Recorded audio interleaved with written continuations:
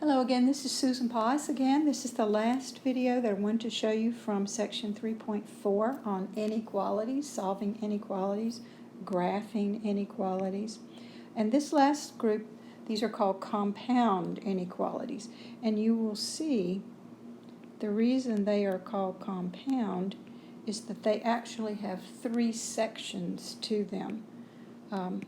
They have a middle section in here between the two inequality symbols. You see that X is in between two inequality symbols. And then you will see maybe something over here on the left-hand side of that, and then you might see something over here on the right-hand side of that. So when I look at that compound inequality, I'm actually, instead of seeing a left side and a right side, I'm seeing a left side, a middle, and a right side. I'm actually seeing three regions within this inequality, and that's why it's called compound. All right, this first one is already solved. You see how this is already a positive 1x in the middle? That's your goal, is to get that positive 1x in the center section. So I don't really need to do anything with this one. I think I'll get all these out of here. And let's just talk about how we would graph that. So let's identify the left end is at -1, and this is 0, and this is +1, and this is +2, and this is +3. So I'm looking for the numbers that are between, if you read that, it says x less than 3, if you read it in this direction, and then if you read it in that direction, it also says x is also greater than -1. So it puts us into this confined region, and because it's not equal to on either end, we would use parentheses on the two ends. Then to put it into interval notation, it would look something like that. Same thing with this next one. I'll do it real quickly. Let's say this is 2 and this is 3, and we want the numbers in between 2 and 3, and because these both have or equal to, we would use interval notation that uses brackets, or a graph that uses brackets. All right, so I need to show you one more. Let me show you this one. So here's -3, -2, -1, and 0. So again, compound, we want the numbers in between those two. We want to include the 0 because this is or equal to. We want to not include the -3. So when we go to interval notation, we use parentheses, -3, comma, 0, bracket. All right, so let's do a couple of these. We're going to solve these.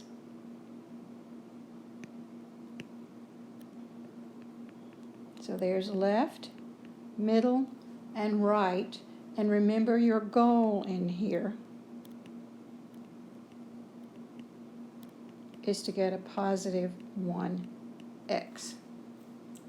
All right, so the thing that's not allowing that to be a positive 1x is that multiplier of 2. So the first thing I want to do is come in here and divide this by 2 so that I get the 1x. But if I divide that by 2, I have to divide the right-hand side of it by 2, and I also have to divide the left-hand side of it by 2. Now notice this is a positive 2 that I'm dividing by, so no reversal on the signs of the inequality. All right, so I've gotten it down to -5.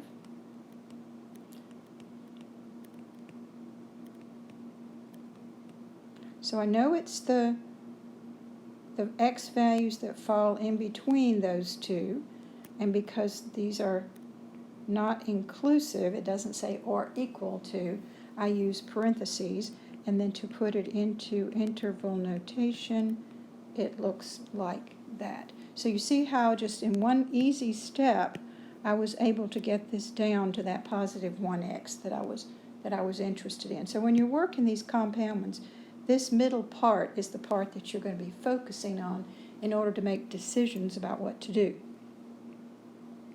All right, so let me come up and try this next one. Here are the markers that split this up. And here in the center is the part that I'm focusing my attention. All right, so it looks like the first thing I want to do here is to do something about that minus 3. So I'm going to add 3 in the middle, add 3 on the right, add 3 on the left. So this is a negative 12, less than. This is now a 2x in the center, less than, and this is a 14. So again, I'm keeping my attention focused right in here. So I know my next step is to divide by 2, and notice it's going to be a positive 2, so I don't need to worry about reversing the direction of the inequality. So I have a negative 6 here, less than. There's that goal that I wanted to reach of the positive 1x in the center, less than 7. So I don't know if I have enough room on here. I'll just call this one negative 6, and I'll call this one positive 7. So I'm interested in all of the values between negative 6 and positive 7. And I want to use parentheses because I'm not including either of those numbers in the answer. So in interval notation, it's going to look something like that. All right, so I'm going to do one more, and then I'll stop.